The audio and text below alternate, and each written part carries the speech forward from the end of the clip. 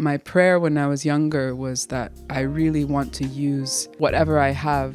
I want to use it in service because that's very fulfilling. So if I'm able to write, let me sing, let me make art. We love it when art brings about a feeling of solidarity, that when you create something, someone else encounters it and you feel less alone, that you can actually feel I'm together with lots of other people who are, on this journey of life together. Before we jump into this episode, I'd love to invite you to join this candid spiritual community to hear more conversations that will help you become happier, healthier, and more healed. All I want you to do is click on that subscribe button because I love your support. I love seeing all the comments pouring through, all the love pouring through, and we're just getting started. I can't wait to go on this journey with you, whether you're a spiritual seeker or you're just curious about the topic. And we really hope that our conversations will provide you food for thought and inspiration for your own spiritual journey. So join us for honest, candid discussions about spirituality for soul's sake.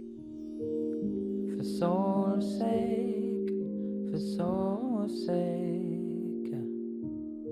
Hello and welcome to another magical episode set in the beautiful forest of Govardhan Eco Village. And I'm deeply grateful to be with someone that I feel I can be myself around, and someone that I deeply value because she is 5 years elder to the path on which I'm kind of traveling down, and I'm always referring to her for advice and suggestions on how I should conduct myself. And more than that, she's just an epic Kirtan leader, someone that has transformed hearts and minds and consciousness all over the world. None other than Jahnavi Harrison, everybody. Thank you so much for being here. Happy to be here on a beautiful balcony with you. Oh, yeah, deeply grateful. What should we talk about? What's going on for you in life? Well, I'm here in India for the first time in 5 years, and it's really beautiful to. I think we need these times to kind of fill up our tank. I'm sure you experience this a lot when you're in a space of trying to serve and trying to give and invite others into an experience, but sometimes you can get a little disconnected yourself, and so being here, I'm feeling like, this is like time to breathe and take it all in. Having said that, I'm here with a retreat group and I'm feeling a little depleted. Yeah, I know that feeling. Yeah. You start losing your voice a little bit. Right. You're not sleeping enough. You're just talking all day. Right. Yeah, I know that very well. So that's why I'm like relieved. I haven't started all of that yet. So I'm just arriving. I'm still in arrival mode. Why do you think people come to India for a retreat? Why not like the Caribbean or, I don't know, some more exotic, luxurious places? What is it about the simplicity, do you think, that people are attracted by? I think India, for someone seeking a spiritual connection, India and the Eastern world in general have been known as places, that have retained a certain depth of spiritual culture. And so it's a little bit more visible, it's a little bit more integrated and part of everyday life. Like a typical example that's given in India is that you'll be going along the road and you'll see shrines by the side of the road, shrine under a tree, and there's still, there's threads tied there, there's prayers that are being made there on a daily basis. People stop at the temple on their way to work, things like that, which may not be as common in the Western world. And so it's powerful to come to a place where that culture is alive and feel that there's a way of living where that's relevant, rather than the way that, many of us are accustomed to. Of course, I don't think that's just exclusive to India. And really, it's about a state of consciousness, and you can experience that and create that anywhere. But here it happens to be that there are places like where we are now that where that's being cultivated. Yeah. So. Do you think it's getting lost in mainstream India, though? Do you think, like, the cities, like, I've been coming to India since I was a child, and I think there's a tangible leaning towards the West and leaning towards Western ideals more and more each year I come. Yeah. Do you think it's going to get lost one day? And do you think that it will just be a consciousness, like spiritual places will just be a state of mind as opposed to places on the planet Earth? Yeah. I would really hope not. Me too. I think the forces of this world that we live in are very powerful. That I'm talking about, negative forces of just kind of, I don't know, however you want to describe it. I'm not the most eloquent when it comes to describing the chaotic state of affairs of this Kind world. of did it well but in the song "Like a River." yeah, That was a it's really good... it's the environment, it's capitalism, it's chasing a culture which is devoid of kind of a soul at times, which is just materialism. It infiltrates every aspect of life. But I would really hope that it doesn't get lost. And that said, I've also been coming to India since I was a child, and I see a lot of change. Sometimes it seems like amazingly positive kind of change. I don't think it's wrong or bad for things to become modernized or, efficient or technologically up to date. Like, there's nothing wrong with that, but it's really about the heart and mind that's behind it. And the same thing in the West, it's the East and the West. How different are they really? It's about the way that we're living and the intention and the values behind that. So I hope pockets of these places, will stay the same. You sparked a thought when just by the word chasing, and I was like, oh, this could be quite an interesting thing to talk about, because in one sense, like, we're both part of a process of giving and sharing, and specifically Kirtan, but also you're in the world of more popular music as well, and you sing in English beautifully as well.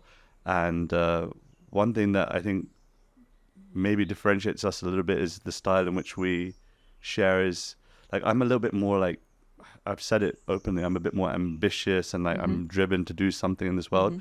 One thing I really value about you and appreciate about you is the consciousness in which you do things. And I'm trying to learn, like, what that means. That's a nice way of saying I'm not ambitious. No.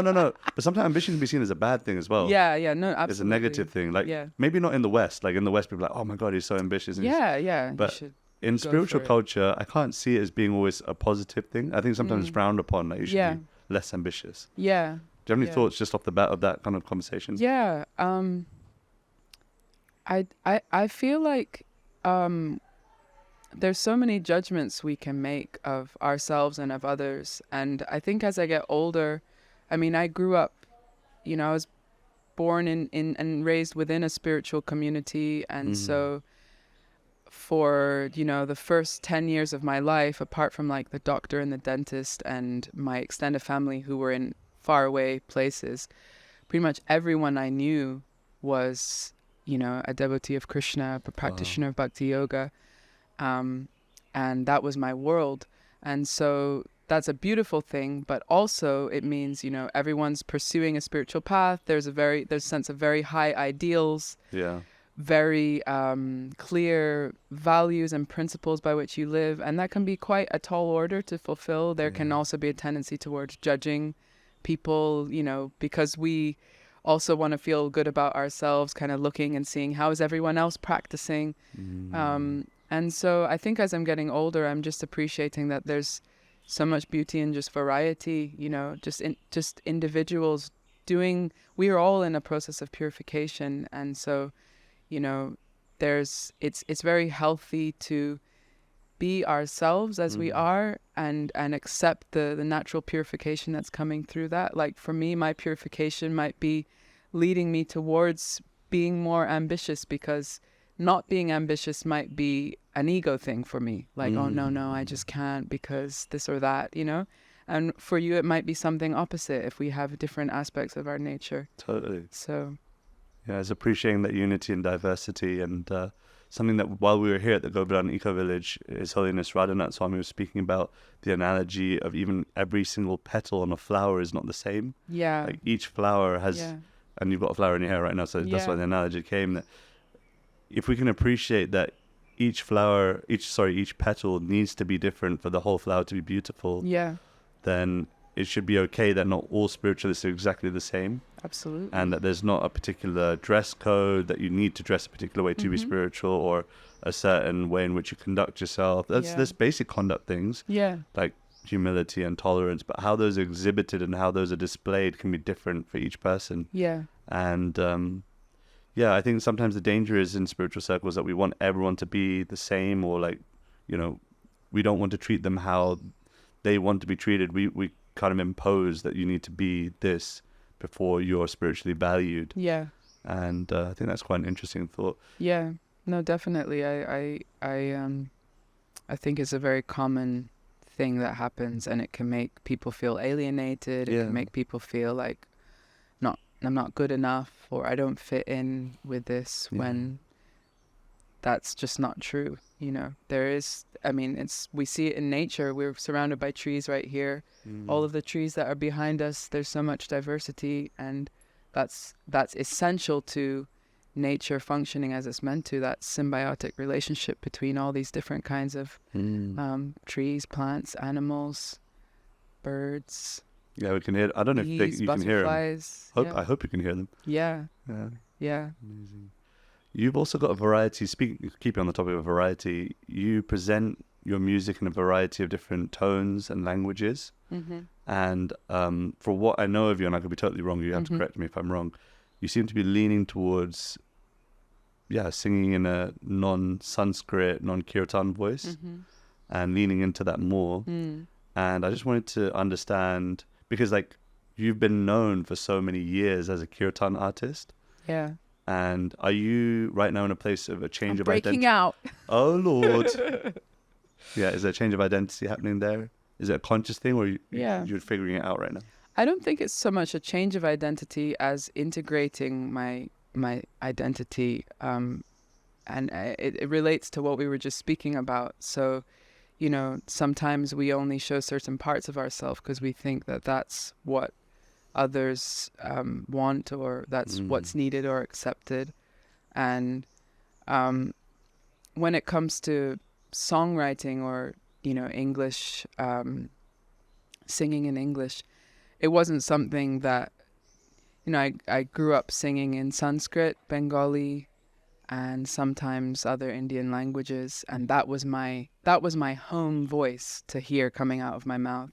Wow. And yet I also listened to songs in English. I love to sing, but I was very shy. I've always been quite shy, and I didn't have an aspiration to be like a singer, but I've always loved to write, you know, poetry and just I've loved to read and write, and I think listening to so much music growing up as well and being inspired by it, it was sort of a natural flow where you kind of, once you take in a certain amount of thing, you want to share it. You want it to come out again naturally in your own way. So it's not especially calculated, but I feel like certain doors have opened in a timing which has facilitated me to feel encouraged to open up more in that way, because I think I would have been too shy otherwise. You know, one prominently being the EP that I did with Willow Smith, and I think just the context that we created it, you know, it was COVID time, and it was kind of, there was a sense that everyone who would have had an opinion was very far away, and it didn't really matter, right. You know? It's just the two of us here in the studio, we're just going to make something. And almost better that way. Yeah, it's better that way, but it's very rare that we actually have that opportunity, because the sort of voices of the world and of people around us are always so present, at least for me. So, yeah, it's an evolution for sure, but I feel like it's more like filling in a part of myself that was already there, but it was the part that I used to keep for only myself, just sing in the shower, and that's it. This is so strange. I feel like there's no cameras here. I feel like I'm really having a one-to-one here. Yeah. I appreciate that. Thank you for being so honest. And what's the dream? Do you set yourself long-term vision goals, or like in an ideal world with all things perfect? I mean, it's never going to be perfect, but do you have like a long-term vision of your life? Or I know the end goal is to, of course, the ideals of the end goal is to be spiritually in a relationship with God, to be connected and loving in a loving relationship. But with your sharing, with your output, do you have a long-term vision for that? What that looks like? I actually don't, and I never Wow. have. And it's been such an organic unfolding process, which is why I get jammed up sometimes when I see people having a plan, because I've never approached it in that way. Right. And I think part of that is just my nature. Part of it is the way that it has happened. It was always like sort of, okay, this door opened. Well, I think, intuitively, I think I should go through this door. And then you see things come together. You receive encouragement, guidance, and then take the next step. And it's been like that the whole way for the last, 15 or so years. That's amazing. And Wow. and so when I try and look forward, I think, well, I can't know because I haven't designed any of this. But I think what I really be hoping is just to, my prayer when I was younger was that I really want to use whatever I have. I want to use it in service because that's very fulfilling. Mm-hmm. So if I'm able to write, let me sing, let me make art, whatever it is that I can do. I think I'm pretty clear of what my All your abilities skills are are, yeah. by this point in my life. When you're young, you're kind of still developing. You're like, maybe I could be good at this or that, and then you start to see yourself more clearly. Okay, I can do this. I can refine these things. In terms of the actual context and situation that I'm going to offer that, I don't know. I mean, the things that I've done in the last couple of years, I would never have seen those things or imagined those things.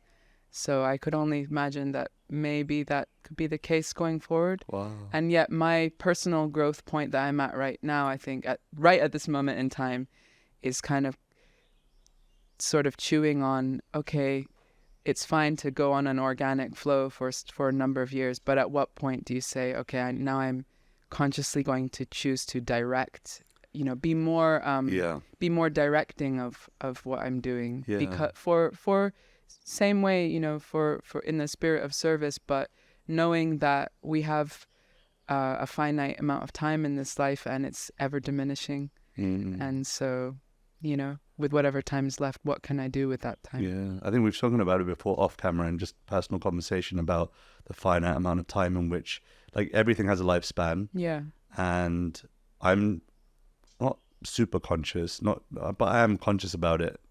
Actually, I shouldn't be so loose with it. I am quite hyper conscious about the fact that the time in which I've got this window of opportunity is quite small. Yeah. And I don't know whether what's currently happening in the sharing of Kirtan is going to continue in my life for a decade or even, I don't know if it'll be less than that, more than that. It could be anything. You never know. And one thing that I've been thinking a lot more about, because once you achieve things that you've dreamt of, then you start thinking about, well, now that that's checked, do I keep going in that direction, or do I need to start going a little bit, instead of going up, go deep?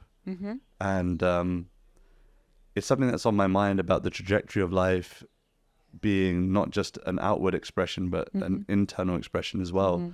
And directing my organizational ability towards that also. Like, okay, if I see myself as wanting to renounce things in my life, be a bit more deep and hermit-like, and I do have a desire for that. I do want to be a bit more of a... contained and... Yeah. I want to have a personal connection with God that doesn't depend on other people. Do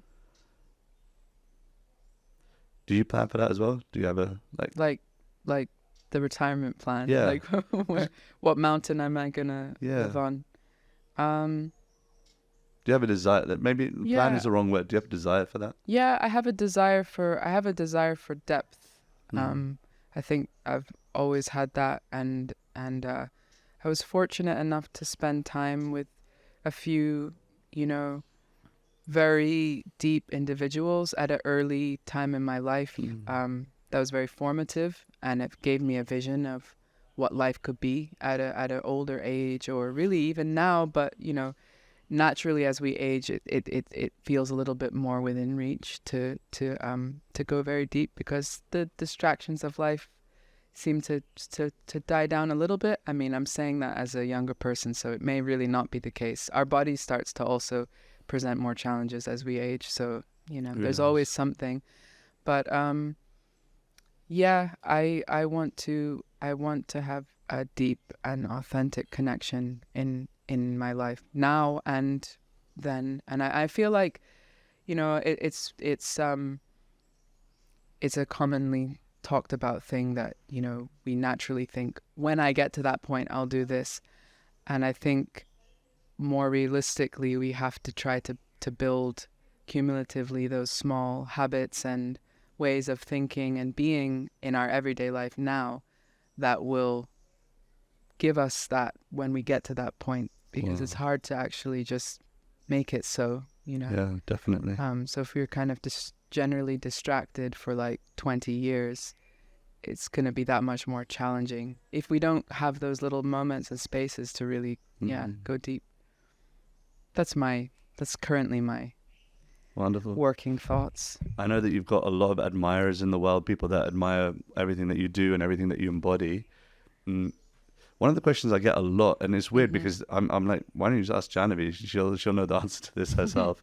But people always like, how did she become who she is? And I so much vibe with who she is and how she is. And a lot of people are asking me about, living a more artistic lifestyle. And do you have any advice? Maybe you can even look down the barrel. And there's so many people that will be looking and admiring, going, I wish I had that impetus to be more artistic, or to have the time. Do you have any advice, any words of wisdom about someone that's trying to pursue a life of art and how to do that consciously, sustainably, joyfully? Art or spirituality in art? What do you feel like? I feel like there's different considerations because like an art as a career, as a financially sustainable thing is like that's like a whole other world in some ways. Yeah, but maybe I would not that. Yeah, I would say not that. Yeah. But I guess just to highlight, like, that is a different thing. It is. And there's so much written out there that, you know, is great for people. But yeah, I think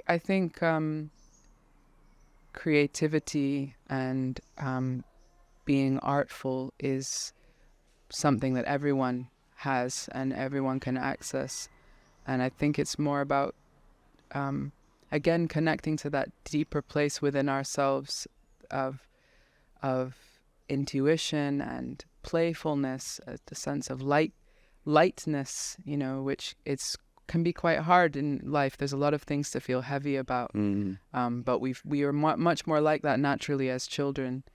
So, I mean, for me, it's just keeping a space for that, you know, even if it's just having a paper on your desk and letting yourself draw a little bit, doodle a little bit, or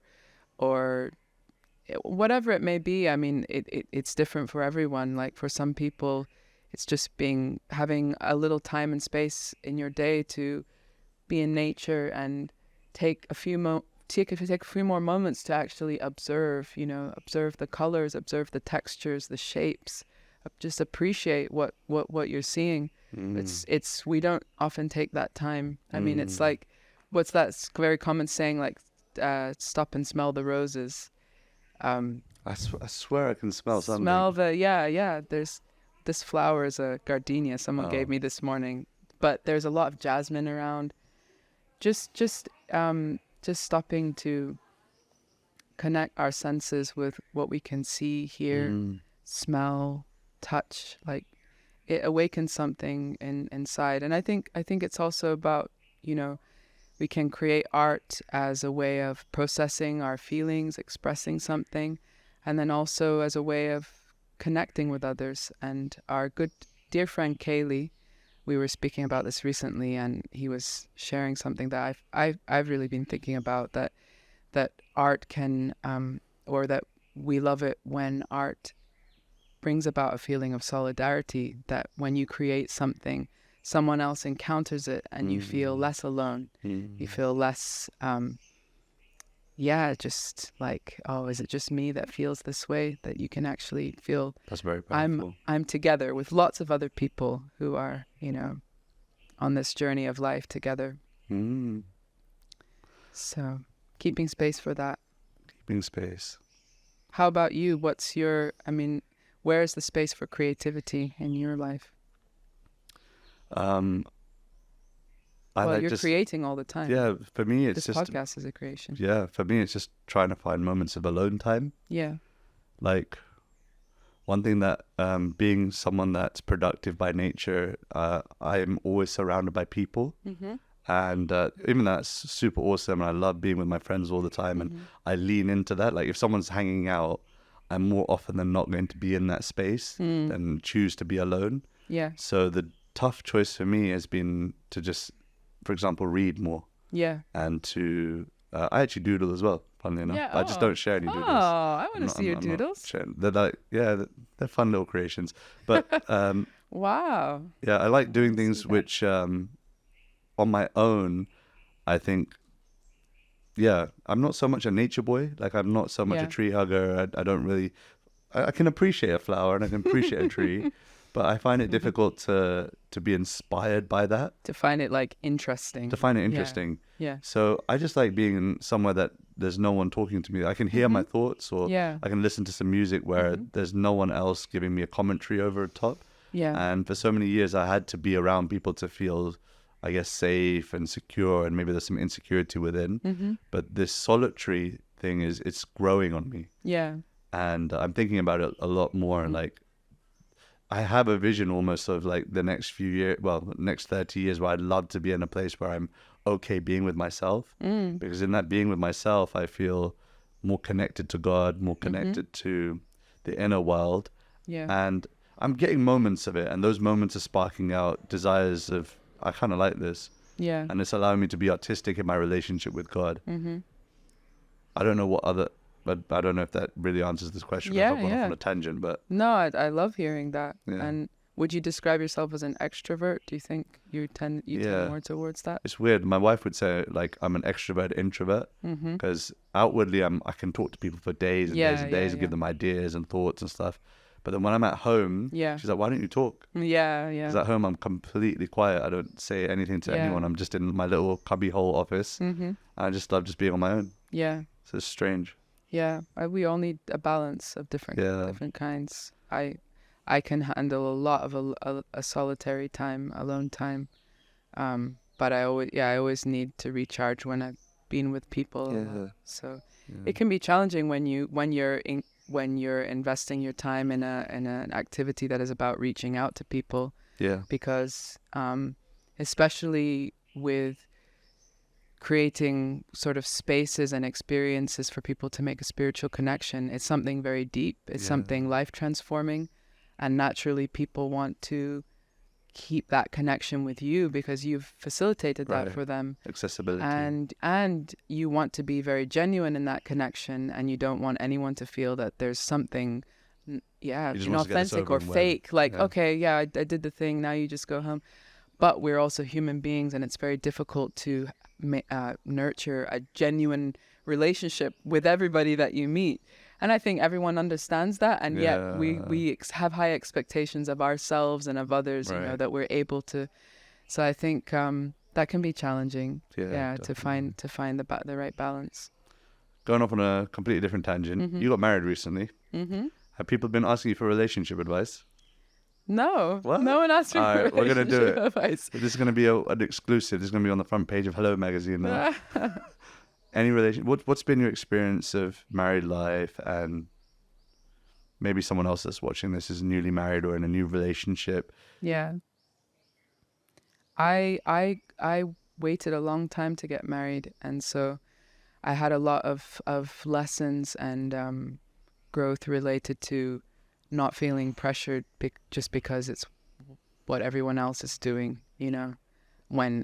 when all your friends are, not all my friends were married, but a lot of them started having children, and it wasn't by design. It's just, you meet the right person at the right time. So not feeling pressured, to any women listening, just say it will happen at the right time. I feel like girls get very stressed about it because, I don't know, maybe I just have that perspective because I hear from them. But yeah, for me it's been the biggest change in my life, in my adult life, and it's been really wonderful, actually. I it's not like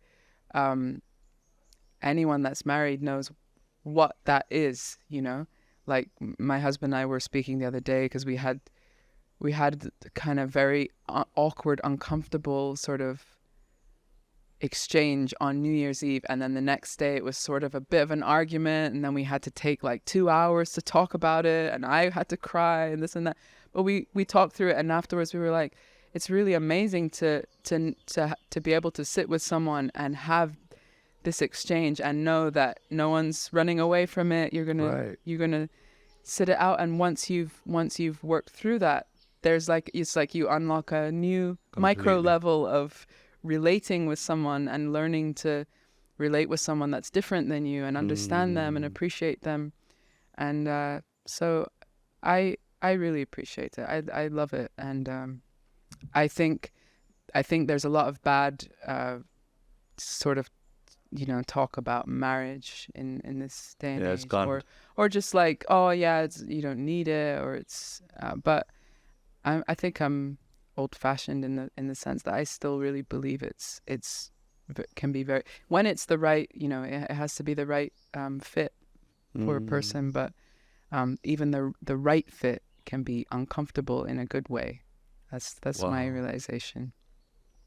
Wow. Which is a bit mind-bending, because then when you're trying to like make that decision of, saying yes, you want everything to be perfect. You want everything to be right, but it's not. But you have to know how much degree of not right should it. Like, it has to be right in the right ways, and in the ways that make you feel uncomfortable. You will have I think, usually an intuitive sense that this is, but I can work with this. Yeah, my dad used to say, like, but can you live with them? Can you live with that person? I was like, that sounds so unromantic. Like, can you live with them? That's not. But I get a bit more of what he was speaking about. Yeah, a common friend, Jay Shetty, he speaks about learning how to argue. Yeah. And I never quite understood that, because I thought my marriage was a bed of roses until like things have changed most recently, like with, always traveling or like being out the house more often than not. And you have 2 kids. Yeah, and having 2 children means that I'm having to navigate a new relationship almost. Like, people think that when they get into relationships, it's going to always be the same. Like, I met this person and they're going to be the same person. Yeah. And, everything's going to remain the same. But I've noticed, like, it's almost like entering into new relationships at different parts of time. Definitely. It's like, that was when we met. This is when we got married. It's completely different as well. Yeah. And then you have kids, if you decide to have kids, and that's completely different. And then you grow old together and it's different. And it's just it's a mind trip. And it's just like, there's something beautiful about both changing at the same time as, still remaining in love and being loving towards one another.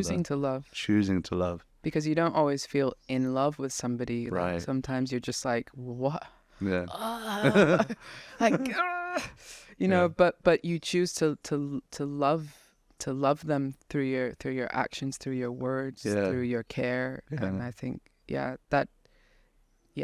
mean, I know you and your wife got together at quite a young age at university. 18, like, you've 19. known each other for such a long time. So there's so much change you're going to go through.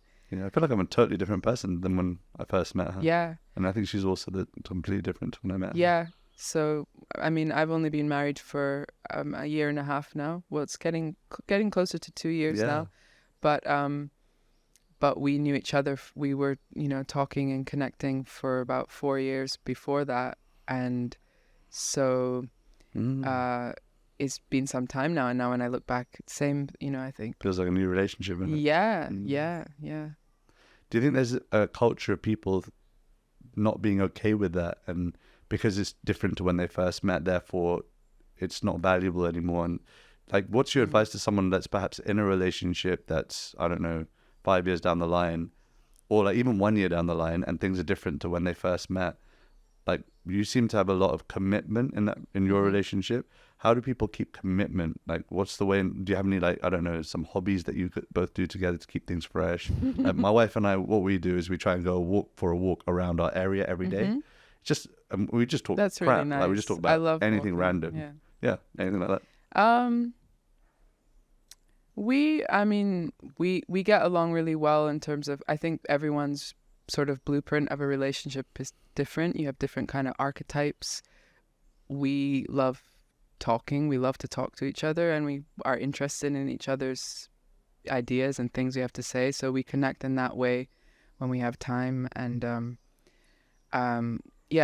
we like to go into nature and things like that. But I think we appreciate a lot of the same things. But I think also,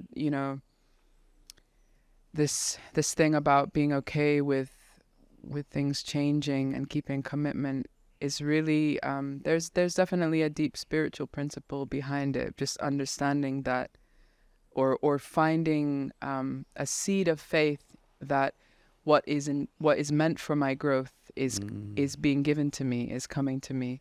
So there's a reason why I am with this person. There's a reason why we've come together. It's not accidental.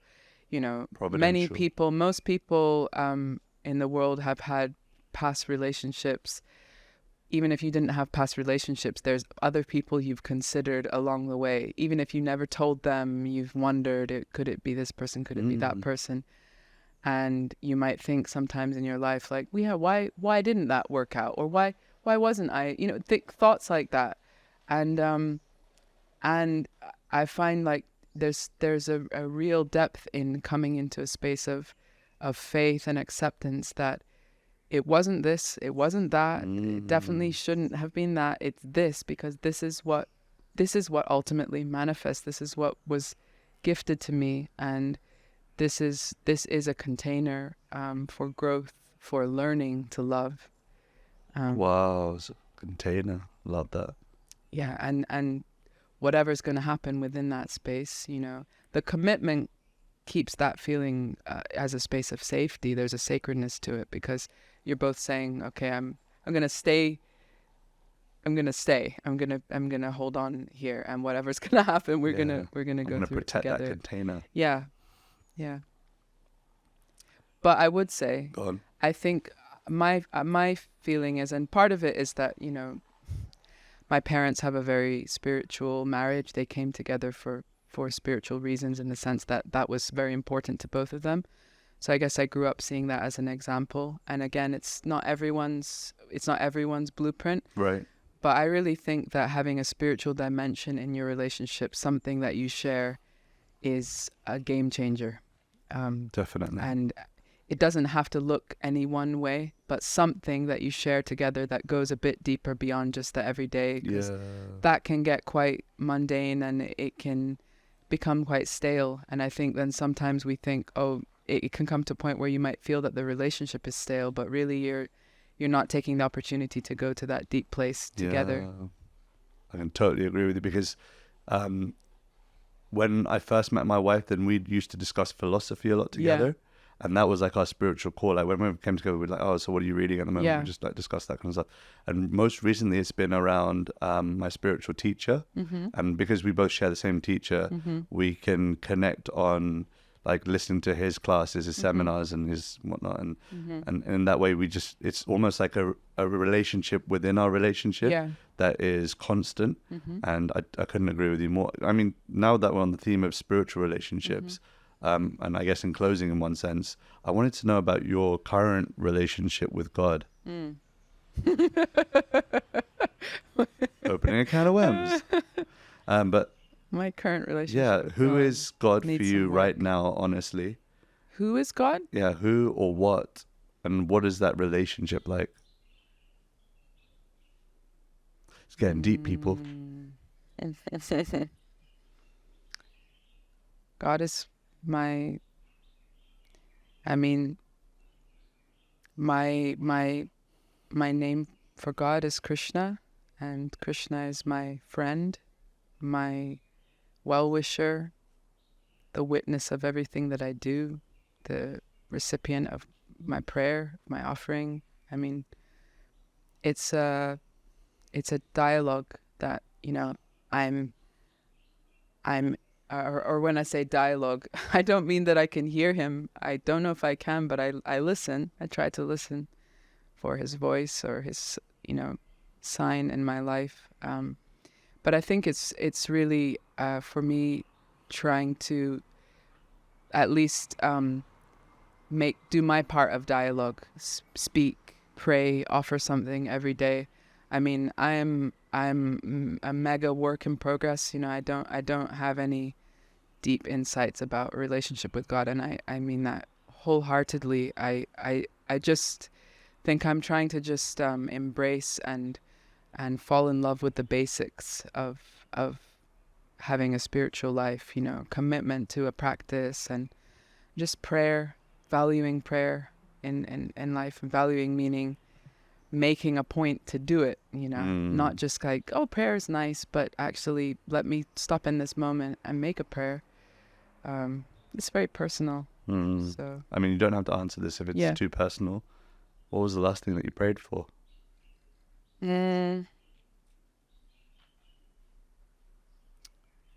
What was the last thing I prayed for?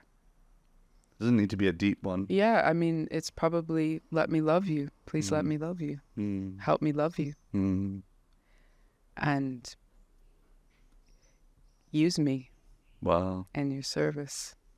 I mean, I think that's a prayer that's, you know, that's a prayer for life. And while we're talking about prayer, I think I would just encourage everyone listening to experiment with prayer, because I know a lot of people who have not had a religious upbringing, have not had a spiritual life, and sometimes a difficult moment in your life or a tragic moment, something that really shakes the foundations of life, will push you into a space where even without thinking, a prayer is rising to the surface, and in that moment you suddenly encounter something that you would never normally do. And I guess I would just encourage people to experiment with it and see how it feels. You know, Kirtan is a beautiful way to pray. And part of what's amazing and beautiful with Kirtan is that, you know, for those of us that speak English, there's a language barrier where you can just hear the sounds, you can just say the mantra. You don't have to feel like, oh, now I'm praying. You know, it's beautiful. It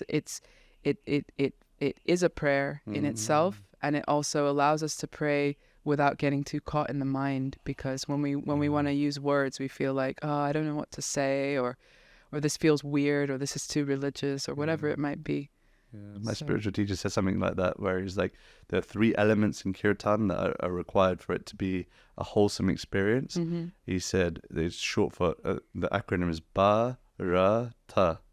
He said there needs to be a raga, there needs to be ra, the melody that's like suitable and whatnot. There needs to be tal, there needs to be a good beat that keeps people's rhythm and keeps people's attention, etc. as well. And then the most important is the bhav, this inner feeling of loving connection, etc. And he said the incredible thing is that even though, of course, we're all aiming for that bhav, that mood of loving connection, loving relationship, loving separation, if we want to get into that.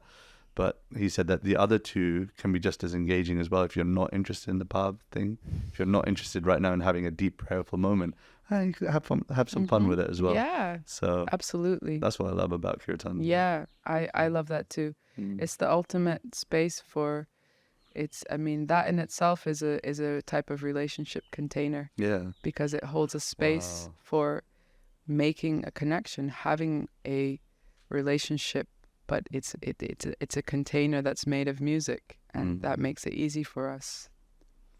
So, thank you so much. Yeah. Keep it up. I'm trying. You too.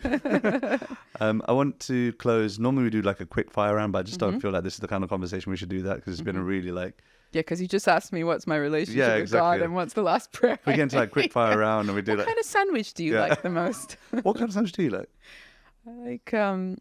I like... Be careful, because like then you might get some post sandwiches. Like everywhere you go, people give you... I'm a sandwich fan. All right, okay. I wouldn't say a connoisseur, but well, I think peanut butter and jam is a good combination. I've never had peanut butter. Can you believe that? You've never had peanut butter?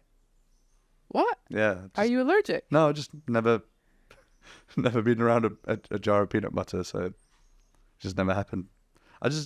In the UK, it's not a thing. What? It's not a thing in the UK. Is that a thing in the UK? Okay, the team are nodding their heads furiously. I'm just weird. Okay. My mind is blown. Yeah. I don't think I've ever met anyone who's never had peanut butter. There you go. You actually don't know what it tastes like. I have no idea what it tastes like. Is it? No, let's not get to that. What kind of sandwiches do you like? Don't really like sandwiches. Oh my God. You can't be my friend anymore. No. If there's, just to close the conversation, oh my God, peanut butter aside. I'm going to make you peanut butter sandwich. Okay. Is there a message that you want to look right down the barrel at the camera? Maybe something that people need to hear right now in their lives? You are enough just as you are. And everything that's coming into your life is happening for a reason and for your highest growth. I believe that. I'm trying to hold on to that every day. I hope you can try it out as well. Thank you so much. I hope you've enjoyed this episode. I really appreciate you all being here. Share it with a friend. Drop a comment below. Maybe send me some brands of peanut butter that you enjoy, and I'll make an endeavor to try them. Almond butter is a bit better for you. Almond just butter. as a side note. Okay. I haven't tried that either. Let's not go down that road. But yeah, please drop us a comment, drop us a share, send it to a friend. Feel the permission to re-listen to this conversation. If there was anything that was poignant for you, re-listening to it could be the opportunity for you to really not just entertain an idea, but to act on that with the desire for transformation. And I think that could be quite powerful. So yeah, please feel the permission to revisit this conversation. Let us know how it was. Let me know if there's any guests that you really want to hear from. And I really want to see you on the next episode of For Soul's Sake. Thank you so much for joining us. Namaste, Haribol.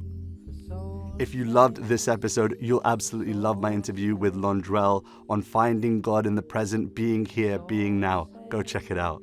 The best advice to be here, be now. It's like it's all here and you can't escape it. Yeah, right. The worst advice is be here, be now. It's all here and you can't escape it.